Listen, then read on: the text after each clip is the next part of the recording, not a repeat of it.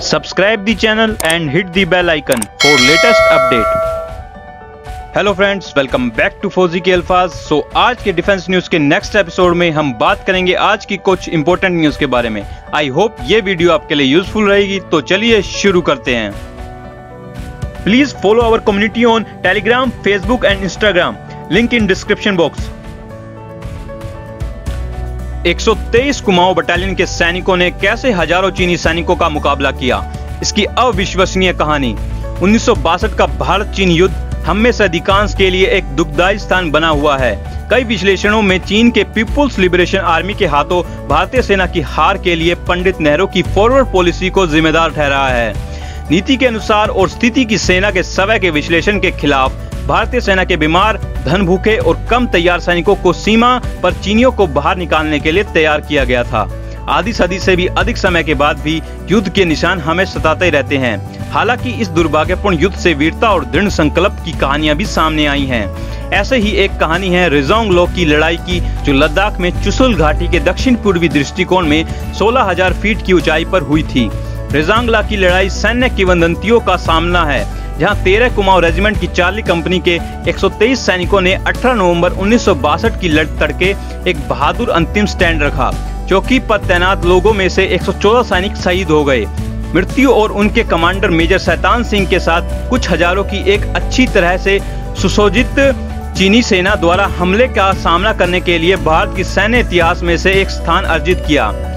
रेजोंग की लड़ाई 18 नवंबर के शुरुआती घंटों में शुरू हुई, जब चीनियों की भीड़ ने भारतीय चौकी पर हमले किया तो चुशुल की में हवाई पट्टी की रक्षा के लिए थी। हालांकि चौकी अपने आप में बहुत अधिक थी, क्योंकि इसके पीछे एक शिखा है। यह सुनिश्चित करती है कि वहां तैनात पुरुषों के पास कोई तोपखाने का समर्थन न हो। अगर चीनियों ने हमला किया तो इसका मतलब वहां के लोगों के लिए दो चीजों में से एक होगा, या तो पीछे हटना या मौत से लड़ना। कहने की जरूरत नहीं है, भारतीय सेना के बहादुर दिलों ने बाद वाले को चुना। सुबह करीब 4 बजे भारतीय सेना के जवानों ने देखा कि चीनी सैनिक उस पर कब्जा करने के लिए चौकी पर चढ़ने की कोशिश कर रहे हैं। उन्होंने दुश्मन के अपने बंदूकों की सीमा के भीतर होने का इंतजार किया। जैसे ही वे थे, उन्होंने फायर करना शुरू कर दिया। कई चीनी सैनिकों गोलियों की चपेट में आ गए, लेकिन अन्य चढ़ते रहे। युद्ध पर एक किताब लिखने वाले शिव कुणाल वर्मा ने के अनुसार शैतान सिंह और उनके आदमियों ने से छुटकारा पाने के लिए चीनी अपने निपटान में सब कुछ फेंक रहे थे, जिन्होंने अंत तक अपने पदों पर बने रहने का फैसला किया था। भारतीय शिविर अथक रॉकेट, भारी और मध्यम motor score RCL gun fire के अधीन था। इन सब के दौरान भारतीय कंपनी के पास तोपखाने की कोई समर्थन नहीं था, और वह केवल इस बात पर निर्भर था कि उनके पास कौन सा गोला बारूद था। चीनियों को प्लटून 7 और प्लटून 8 का सफाया करने से 3.5 घंटे लगे। बचे हुए लोग नंबर 9 प्लटून के पीछे दौड़ पड़े, जो कि आधे किलोमीटर से कुछ ही अधिक दूरी पर थी। जो लोग अभी भी लड़ रहे थे उनमें मेजर शैतान सिंह थे, जिन्होंने न केवल रणनीतिक बनाया और फायरिंग जारी रखी, बल्कि भारी बाधाओं का सामना करने के लिए अपने सैनिकों का प्रोत्साहित भी किया। अपनी 2 प्लाटून गिरने के बाद मेजर शैतान सिंह ने किले पर कब्जा करना जारी रखा, जबकि अब उसने अपने बाकी लोगों को वापस गिरने का आदेश दिया। वह अपनी आखिरी सांस तक लड़े और 1962 की सर्दियों में अकेले लेकिन हाथ में बंदूक लेकर मर गए। उनकी वीरता ने मेजर शैतान सिंह को सामने से नेतृत्व करने के लिए मरणोपरांत परमवीर चक्र अर्जित किया, क्योंकि उन्होंने घिरी हुई पलटन पोस्ट को मुक्त कराने का प्रयास किया था। अंत में चीनी हताहतों की संख्या 500 से अधिक हो गई। यहाँ तक कि चीनियों ने भी, जो हमेशा सबसे दयालु दुश्मन नहीं थे, भारतीय सैनिकों की बहादुरी के आगे अपनी टोपी उतार दी, यह सुनिश्चित करते हुए कि मृतकों को कंबल से ढका गया था और यह उनके संगीन के नीचे रखा गया था।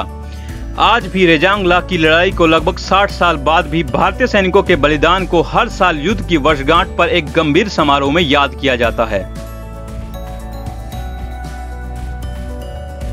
2 महिला सेना अधिकारी को लड़ाकू पायलटों के रूप में प्रशिक्षित करने के लिए चुना गया। सेना प्रमुख जनरल मनोज मुकुंद नरवाणे द्वारा महिला अधिकारियों की सेना की विमान चयन करने की अनुमति देने के प्रस्ताव को मंजूरी देने के महीने बाद यह घटनाक्रम सामने आया है। विकास से परिचित अधिकारियों ने मंगलवार को कहा है कि 2 महिला सेना अधिकारियों को पहली बार महाराष्ट्र के नासिक में बल के प्रमुख combat army aviation training school में हेलीकॉप्टर पायलट के रूप में प्रशिक्षित करने के लिए चुना गया है। सेना प्रमुख जनरल मनोज मुकुंद नरवाणे ने महिला अधिकारियों को सेना के विमान विंग के लिए चुनने की अनुमति देने के प्रस्ताव को मंजूरी देने के महीने बाद विकास किया, जहां भारतीय वायुसेना और भारतीय नौसेना में महिला अधिकारी हेलीकॉप्टर उड़ाती हैं, वहीं आर्मी एविएशन कोर्प्स में अब तक केवल पुरुष अधिकारियों को ही शामिल किया गया है। पायलटों को कड़ी चयन प्रक्रिया से गुजरना पड़ता है।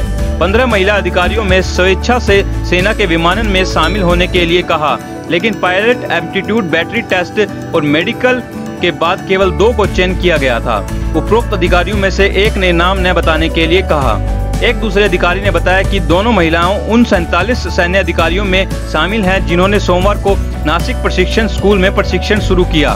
वे जुलाई 2022 में अपना प्रशिक्षण पूरा करने के बाद फ्रंट लाइन फ्लाइंग ड्यूटी में शामिल होंगी। अब तक आर्मी एविएशन कोर्प्स में महिला अधिकारियों को केवल ग्राउंड ड्यूटी दी जाती थी। नवंबर 1986 में स्थापित आर्मी एविएशन कोर ध्रुव उन्नत हल्के हेलीकॉप्टर चेतक, चीता और चीतल हेलीकॉप्टर संचालित करता है। यह सियाचिन ग्लेशियर सहित ऊंचाइयों वाले क्षेत्रों में सेना की तैनाती का समर्थन करने में महत्वपूर्ण भूमिका निभाता है।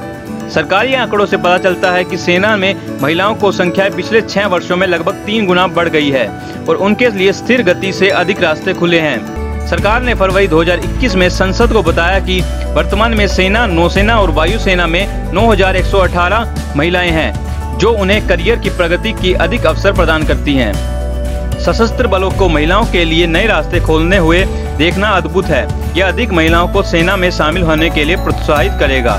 राजेश्वरी कोरी, नागरिक सुरक्षा के उप नियंत्रण और एक पूर्व लेफ्टिनेंट कमांडर ने कहा, जो 1997 में युद्धपोतों पर महिलाओं को तैनात करने के लिए भारतीय नौसेना को एक अल्पकालिक प्रयोग का हिस्से थे।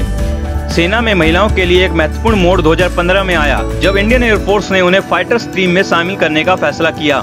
इस साल की शुरुआत में भारतीय नौसेना में लगभग 25 वर्षों के अंतराल के बाद 4 महिला अधिकारियों को युद्धपोतों पर तैनात किया था। भारत का एकमात्र विमान वाहक पोत INS विक्रमादित्य और बेड़े के टैंकर INS शक्ति युद्धपोत है, जिन्हें 1990 के दशक के बाद से अपनी पहली महिला चालक दल सौंपा गया है। मई 2021 में सेना के सैन्य पुलिस कोर में महिलाओं को पहले बैच को शामिल किया। पहली बार महिलाएं गैर अधिकारी कैडर में सेना में शामिल हुई। 1990 के दशक की शुरुआत में महिलाएं तीनों सेवाओं को चुनिंदा शाखाओं से अधिक के रूप में काम कर रही हैं। पैदल सेना में टैंक और युद्धों की स्थिति अभी भी महिलाओं के लिए नो गो जोन है, जिन्हें 1992 में पहली बार मेडिकल स्ट्रीम के बाहर सशस्त्र बलों में शामिल होने की अनुमति दी गई थी। मेडिकल विंग को छोड़कर, जिसमें महिलाएं दशकों से सेवा कर रही हैं, फरवरी 2021 तक सेना में 6807 महिलाएं अधिकारी, इंडियन एयरफोर्स में 1607 और नौसेना में 704 हैं। प्रतिशत के संदर्भ में महिलाएं अभी भी सेना का एक छोटा हिस्सा हैं। थल सेना का 0.56%, वायुसेना का 1.8% और नौसेना का 6.5% है। सो अब बात करते हैं आज की टॉप हेडलाइंस के बारे में। Indian Olympic Association drops Chinese brand, decided to go with unbranded appeal for Tokyo Olympics. Satellite image show India is expanding runway at INS Bath, southernmost airstrip in Nicobar close to Malacca Strait. Indian Navy begins coordinate patrols with Thai Navy. Jaishankar to begin Kuwait visit on Wednesday to carry PM Modi's letter to Kuwait Emir. Indian keeps an eye on PLA movement in Ladakh theater. So, आज के इस defence news के episode में बस इतना ही। I hope ये video आपके लिए यूजफुल रही होगी। तो हम मिलते हैं आपसे अगली वीडियो में। तब तक के लिए अपना ख्याल रखें, सुरक्षित रहें। जय Hind. Subscribe the channel and hit the bell icon for latest update.